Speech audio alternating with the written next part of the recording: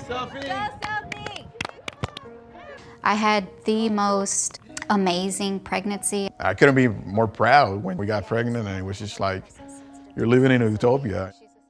Sophia came in the summer of 2006. I think we both had that parent intuition that something's not right. She would just cry, and I'm like, what's wrong, little baby?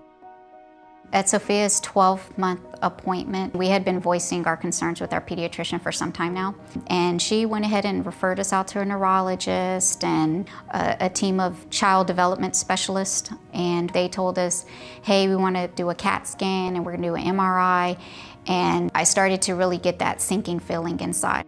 The neurologist, he called us back a few days after the CAT scan and told us that there was some slowing in the brain. Go, Sophia, go. Yes! A bevy of exams, testing, and evaluations soon followed. We had so many specialists we were seeing at the time, geneticists, neurologists, developmental specialists.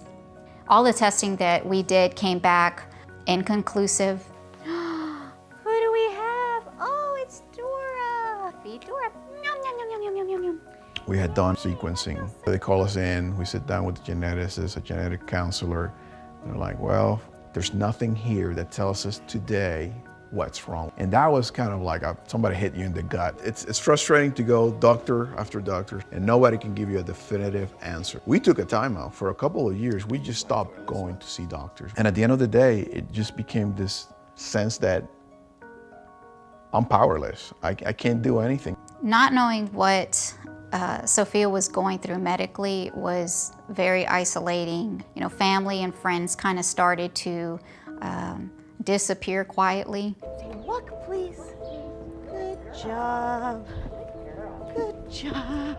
In July of 2016, we decided to go back and start doing testing. I was really looking to figure out once and for all what's going on with our daughter. Oh, good job. So I reached out to Illumina, where we had done the initial sequencing, and a lady contacted me back and she told me there's good news. We have a program called I Hope. Finally, there was like some light at the end of the tunnel. The I Hope program goal is to provide whole genome sequencing diagnostic services for children and families that otherwise would not have access to it. In the past, what we had to do was have some idea of the kind of genetic problem that it might be. Whole genome sequencing completely changes that equation. So when Sophia's mom came with her new questions, it was a very opportune time. Awesome, awesome. Are you gonna say thank you? Thank you. After I got the diagnosis, I remember handing him the report.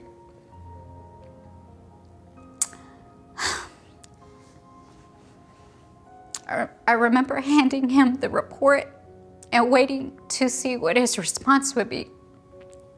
We had been on this journey trying to figure out what is going on with her.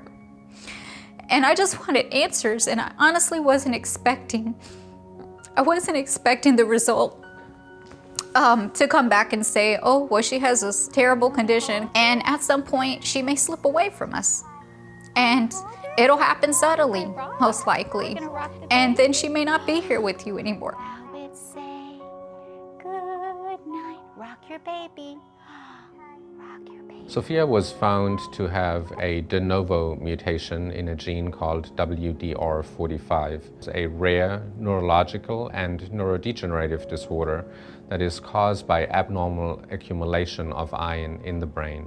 Sophia's diagnosis is a significant one. We will be able to follow much more closely to see if there is going to be any changes in her neurological status. Coming to a diagnosis can be very empowering because now for the first time it allows them to connect with other families and to connect with researchers who work on developing an understanding and potentially therapies for this disorder. As awful as it was to get the news, I did feel a huge sense of gratitude towards Illumina and all of their people for finally giving me answers that finally made everything make sense. Give me that one. no, no, no, no, no, no, no, that was mine. We finally could breathe a sign of relief in the sense that people are living through what we're living, and I think it's the lifeline that we had been looking for. I feel comfort knowing that there's others out there. Had we not done this genetic testing, I would have never been able to reach out to other families and accept the help that they're offering us. I do have a new perspective on life, and definitely Sophia's life. It is precious to us, and we don't want to miss a moment.